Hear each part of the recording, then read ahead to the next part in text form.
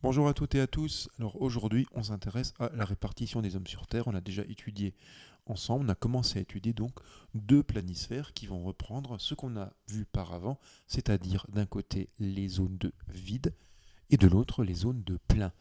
On s'est rendu compte, quand on a fait nos études de cas, d'abord sur les métropoles, puis sur les espaces ruraux, que vous aviez des zones qui étaient plus ou moins densément peuplées. Et justement, la première chose qu'on va devoir étudier, le premier indicateur, c'est la densité de population. Donc, je vous ai déposé sur votre espace, dans mon bureau numérique, de votre espace de classe, ceci, donc deux documents, deux fiches qu'il suffira donc d'imprimer et on va étudier ensemble les documents qui vont vous permettre de comprendre mieux ces deux feuilles qui correspondent à, regardez, chaque fois des planisphères. Donc, deux planisphères, le premier, celui-ci, et la deuxième fiche marquée deux, des espaces faiblement peuplés. On a donc des espaces fortement peuplés qu'on va étudier dans le premier, et des espaces de vide humain ou désert humain dans le deuxième. Alors pour comprendre justement la carte de la population, il faut déjà comprendre un indicateur précis, la densité de population. Donc la densité de population, on avait commencé à la voir ensemble en cours, correspond à ceci. Alors une densité de population, c'est tout simplement le rapport entre le nombre d'habitants sur une surface de 1 km², c'est-à-dire 1 carré de 1 km de côté. Plus il y a d'habitants sur ce carré d'1 km de côté, plus on dit que la densité est forte, moins il y a d'habitants, plus on dit que la densité de population est faible. Pourquoi utiliser des carrés d'1 km de côté et faire une moyenne? Ça permet de comparer tous les pays du monde, que ce soit des petits pays, des grands pays, des pays de petite surface, des pays de grande surface, vu qu'on va comparer la population en moyenne, systématiquement, sur des surfaces identiques d'1 km². Donc on découpe chacun de ces pays en surface d'1 km², on fait la moyenne de chacun de ces carrés et on arrive à une densité de population moyenne. Au Canada, elle est très faible, elle est comme vous pouvez le voir de 3 habitants par km². Elle est plus forte en Colombie de 40 habitants par km². Et dans le monde, vous avez une densité de population moyenne de 48 habitants par km² pour les à peu près 7 milliards de personnes qu'il y a actuellement, 7 à 8 milliards. Donc si on fait le compte, nous sommes là dans une densité de population qui va être très différente en fonction des endroits, si vous êtes dans des déserts humains ou bien dans des zones de forte population, donc des foyers de peuplement. Alors regardons-les maintenant justement, ces foyers de peuplement, dans une carte de la densité. Donc dans les cartes de la densité de population, vous avez toujours les mêmes couleurs utilisées. Plus vous allez vers le jaune clair, plus vous allez vers une densité faible, des zones donc qui sont des déserts humains. Plus vous allez vers le rouge et éventuellement même vers le mauve, plus vous allez dans des zones fortement peuplées, c'est-à-dire des zones de foyers de peuplement.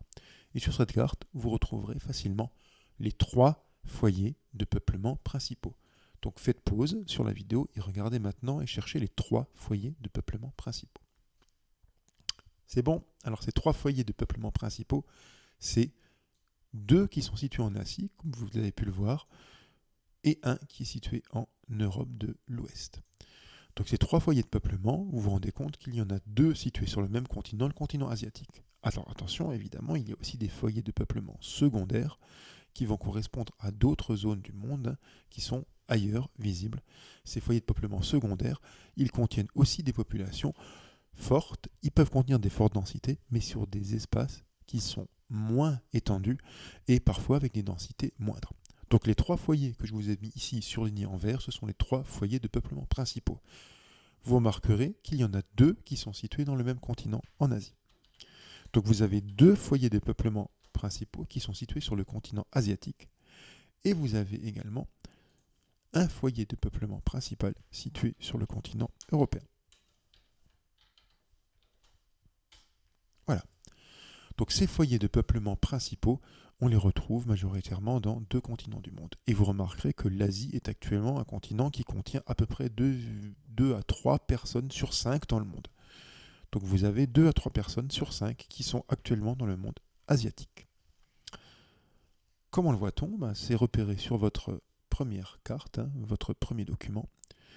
On va retrouver donc sur la carte nos trois plus grands foyers de peuplement que nous allons pouvoir entourer en rouge.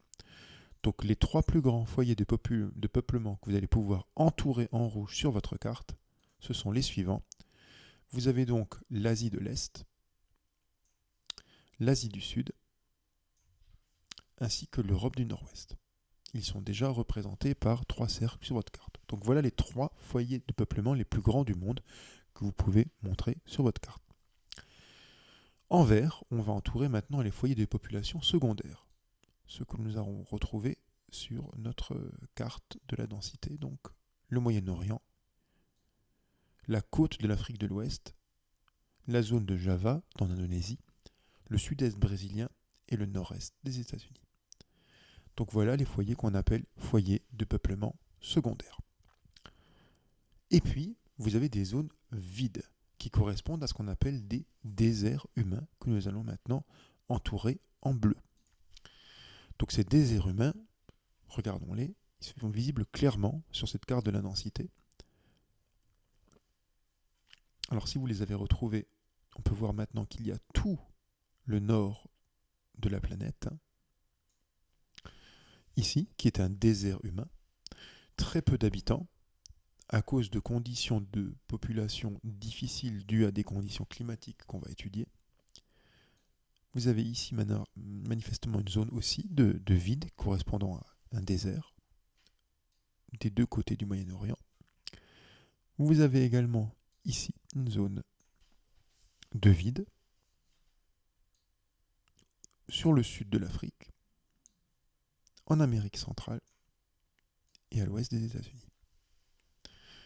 Donc voilà les grandes zones de vide. On peut encore rajouter l'Asie centrale. Donc toutes ces zones-là que nous avons entourées sur la carte, ce que vous pouvez reproduire sur la fiche que vous avez devant les yeux, ce sont des zones de désert humain où la population a une densité inférieure à 1 habitant par kilomètre carré en moyenne. Donc ça, c'est les déserts humains. La question, c'est pourquoi les zones de peuplement sont-elles fortement peuplées? Pourquoi les zones de désert humain sont-elles vides? Pour ça, petit document.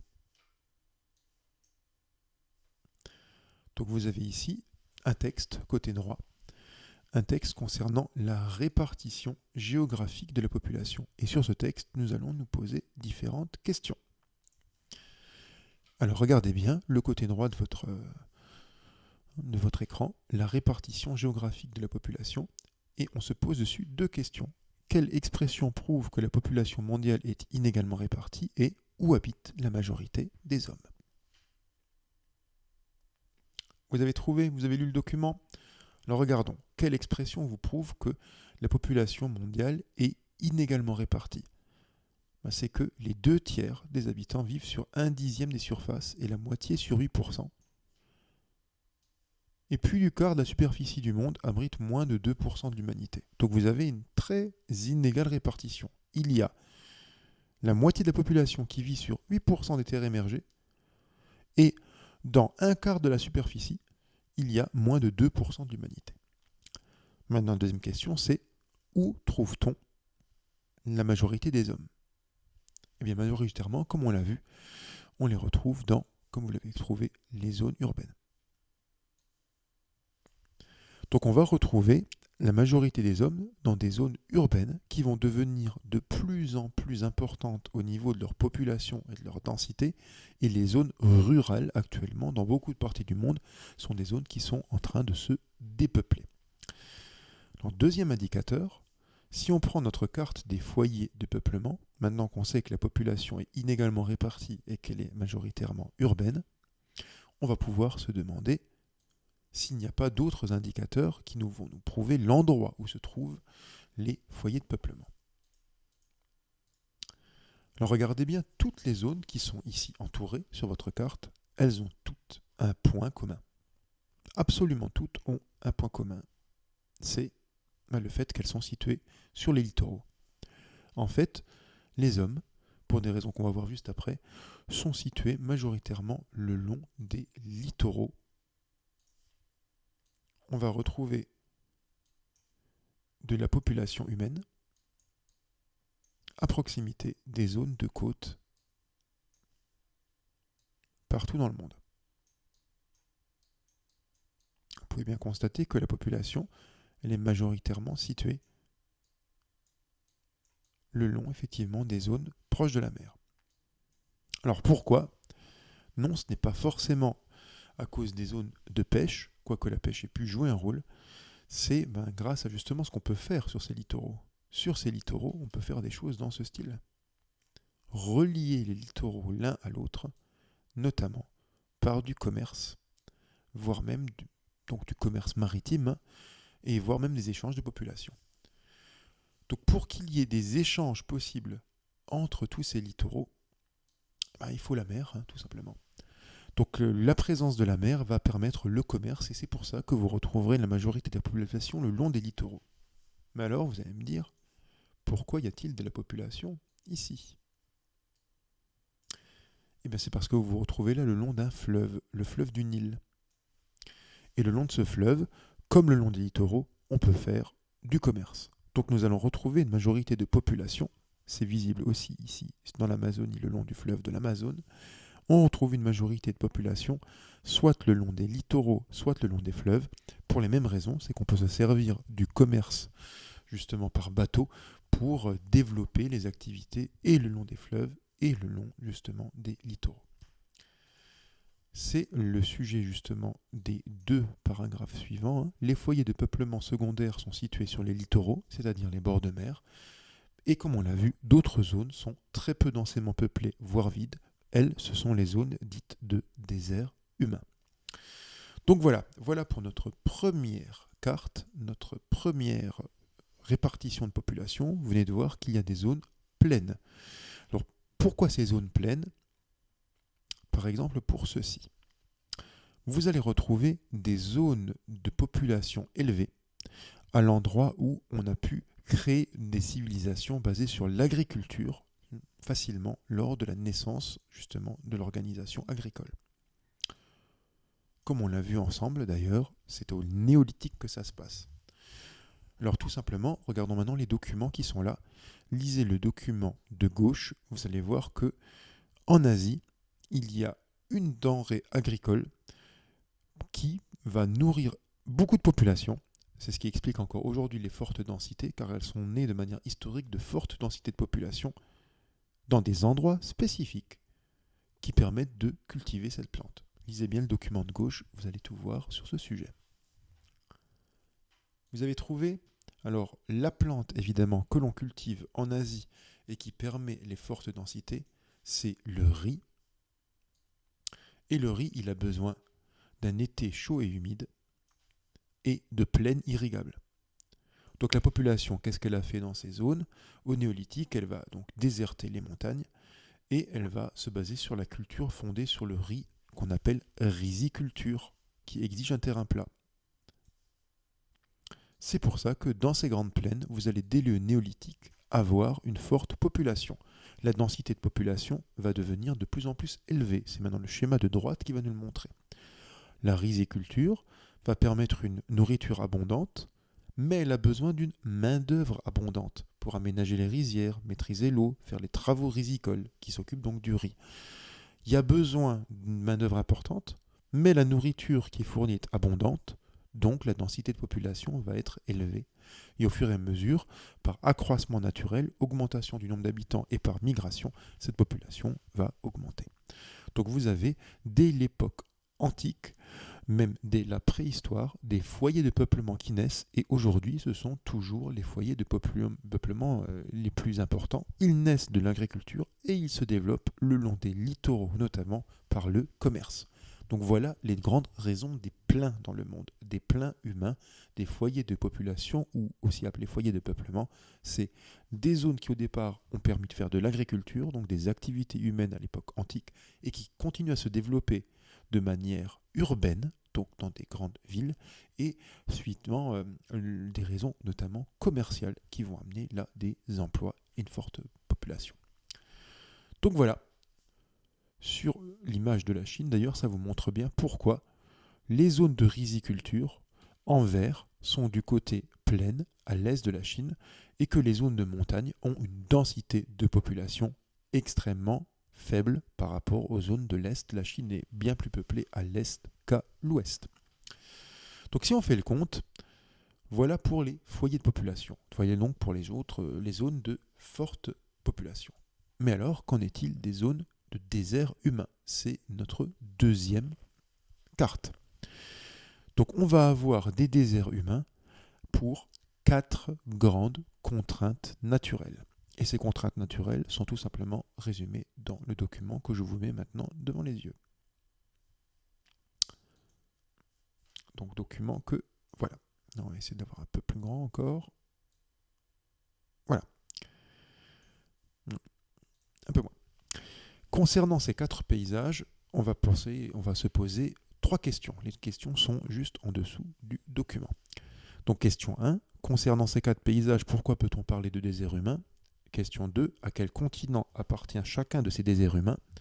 Et pour chacun des paysages photographiés, dites quelle est la contrainte naturelle. Les continents, vous allez pouvoir les retrouver chez vous.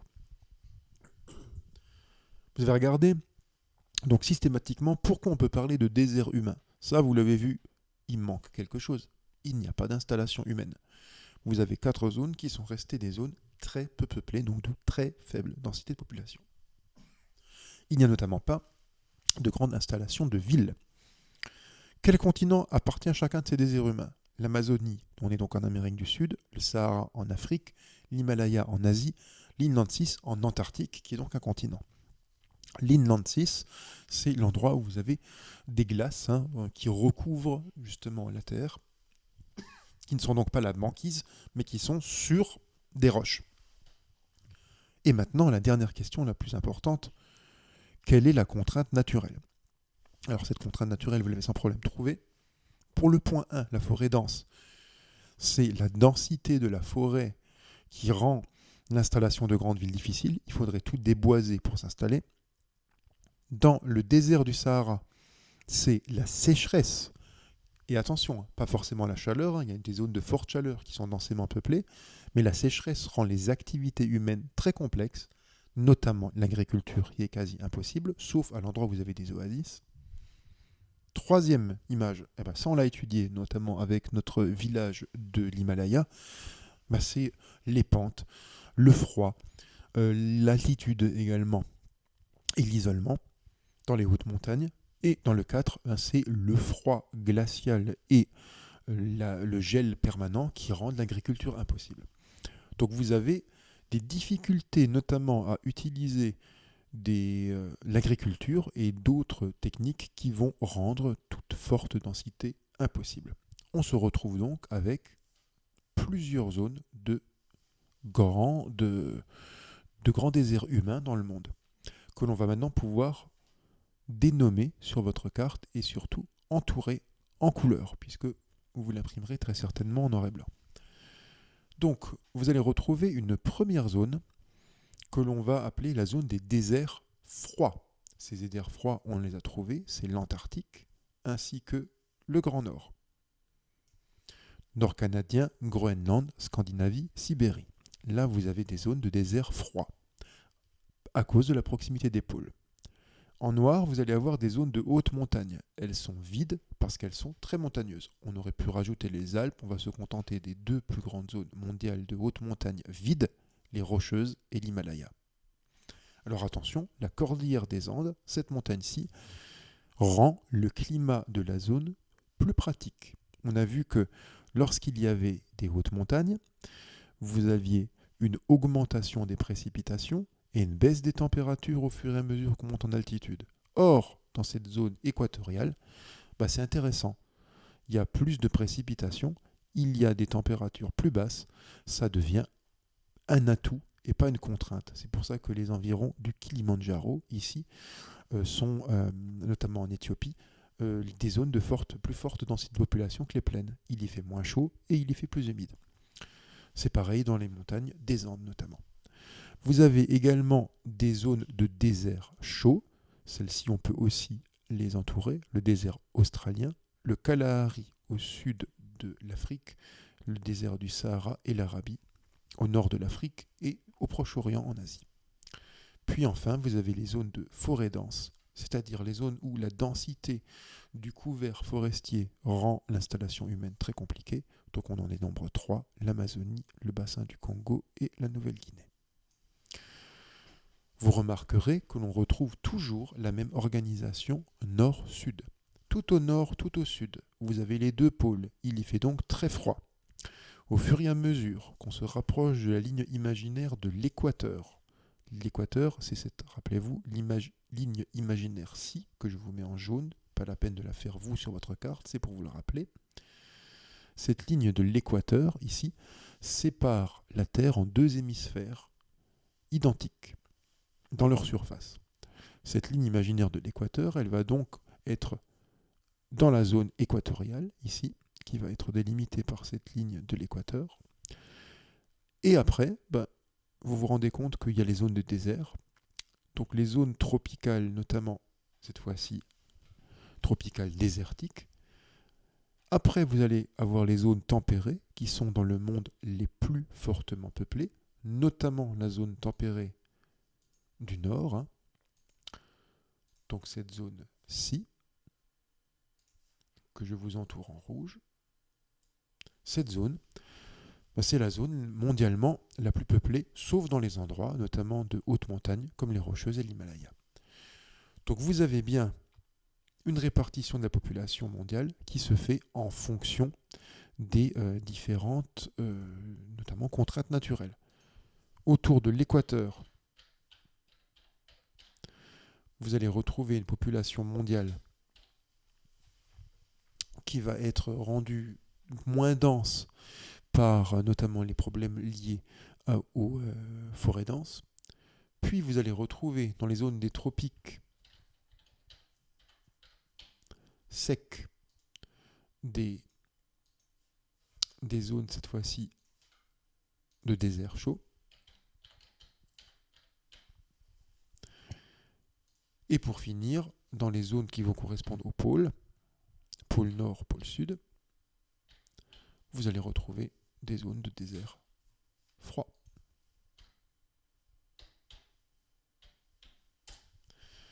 Donc voilà. Et la zone, vous voyez dans l'hémisphère sud, correspondant au climat tempéré, entre le climat tropical et le climat polaire, est beaucoup, beaucoup moins étendue, par pur hasard. Il y a moins de terre émergée dans cette zone, ce qui explique pourquoi l'hémisphère sud, globalement, dispose de moins de zones de climat océanique ou continental, comme on peut l'avoir en France ou en Europe. Donc si on récapitule, on se rend compte, c'est marqué à côté droit, que de vastes espaces sont presque vides d'hommes à cause de ce qu'on a appelé donc ensemble contraintes naturelles. On en a dénombré 4 éléments naturels qui font obstacle à l'installation de l'homme. Les zones de froid intense, les régions polaires de haute montagne où il n'y a pas d'agriculture, les régions de pente forte et d'altitude, donc les régions de haute montagne parce que l'agriculture et le transport sont difficiles, les régions de sécheresse, des déserts chauds avec un manque d'eau pour l'agriculture, on ne peut avoir de l'habitat que dans les oasis où il y a de l'eau et donc des activités agricoles, et des zones de forêt dense qui ont cumulé des problèmes d'humidité de la forêt, de maladies, des difficultés de communication parce que la forêt est trop dense pour permettre facilement un défrichage. Donc si on fait le compte, vous voyez qu'il y a donc des espaces faiblement peuplés dont vous avez maintenant la carte. Donc dans le monde, la densité de population moyenne de 48 habitants par kilomètre carré cache une réalité très disparate, très individualisée, entre des zones de foyers de population que nous avons dans notre première carte. On en a 3 foyers principaux, Europe du Nord-Ouest, Asie du Sud, Asie de l'Est, correspondant à des zones majoritairement de population urbaine installée depuis longtemps. Cette population est là parce qu'au départ, l'agriculture se faisait mieux dans ces zones-là et que cette agriculture ensuite était doublée aussi par le commerce qui était fait et ceci a entraîné un amassement de la population à ces endroits. Et pendant ce temps-là, on a des espaces faiblement peuplés qui ont été des repoussoirs, des espaces trop froids, des espaces avec de trop fortes pentes dans les montagnes, des espaces de sécheresse, donc dans les déserts chauds, et des espaces de forêt dense qui ont été délaissés par les populations et qui forment les espaces faiblement peuplés. Donc voilà, vous pouvez maintenant coller ces 2 feuilles que vous aurez imprimées sur votre cahier en les ayant remplies d'après les modules, la mise en place que nous avons fait ensemble là pendant cette petite vidéo. Voilà, donc Ceci nous permet d'avoir nos deux cartes. Vous savez maintenant où se trouvent les espaces fortement peuplés et les espaces faiblement peuplés dans le monde, ce qui nous permettra à partir de la rentrée de plutôt nous intéresser maintenant à un sujet d'histoire concernant l'histoire grecque. Sur ce, je vous souhaite à tous une très bonne journée.